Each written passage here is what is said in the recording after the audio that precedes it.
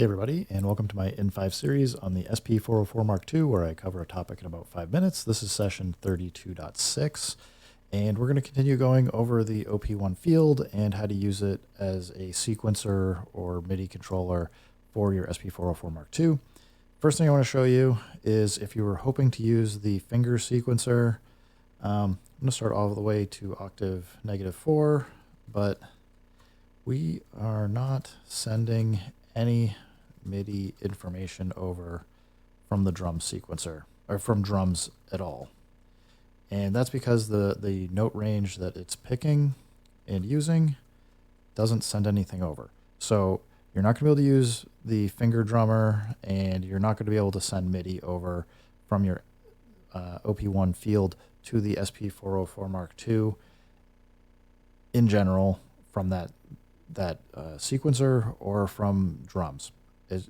You'd have to have some kind of device in the middle that would take and transpose the MIDI notes probably down. I haven't looked at the MIDI spec for the OP-1 field to know exactly, but personally I would say if that's a feature that you like, it could be cool because then you can do things and play drums here and not be triggering notes on the SP404 mk2, but that's kind of up to you depending on how you want to use it.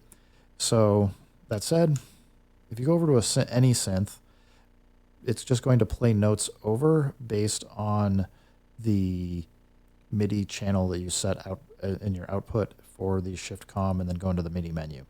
And you can see here, we are getting notes, and this is at the -2 octave, and you can see when we're playing this note, this note, the B, it's turning the external source on and letting the note through.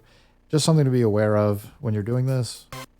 But you probably want to be on -2. You probably do it on -1 as well. Although I'm not sure you can you do all the notes? I think at you have to be at -2 to be able to go down far enough to get 13 through 16. Anyway, with this all set up, we can actually use the sequencer here, and this does work. So like I'm on the arpeggiator right now. I can just pick and play some notes, and it's going to play it as an arpeggiator, but it's going to play whatever I've actually put in for notes. And you can do some kind of fun things where, you know, we can use the blue knob to adjust the speed, go into triplets. Now the problem is if I do all, some of these aren't going to actually create patterns that are any good,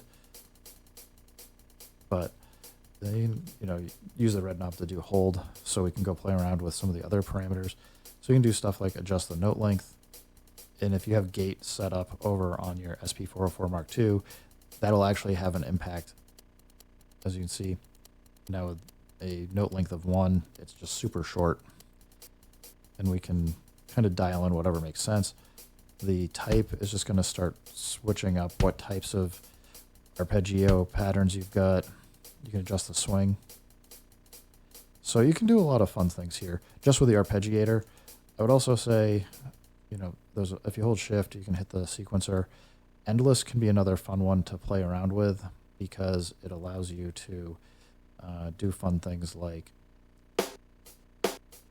just tap in some note patterns, and it's just going to kind of play it out based on where you're at, and you can kind of shift up and down and just hear what the different rhythms sound. Now if you go too far out, you can see it's sending notes that aren't actually playing anything, which is kind of a bummer. But anyway, I didn't want to do like a super deep dive on all of the different sequencers on the OP-1 field. I was just more wanted to show you the only ones that really make sense to use are the synth sequencers. So make sure if you're going to do that, you've got access to the sequencers. And again, just make sure you go shift comm, go into MIDI, and just set up to whichever MIDI channel you want to output to, so that you're making sure you're addressing the appropriate bank over on your SP404 mk2. Anyway, guys, keep making music, keep having fun, and peace.